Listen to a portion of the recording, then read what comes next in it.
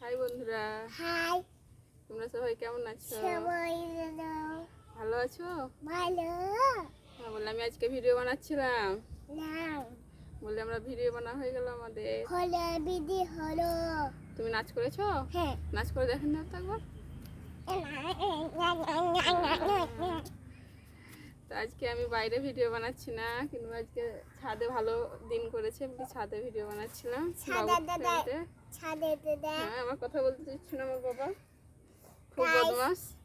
মুরগি মর মা মাছ কি মাছ গালতে হয় না, বকবে না বাবু হ্যাঁ।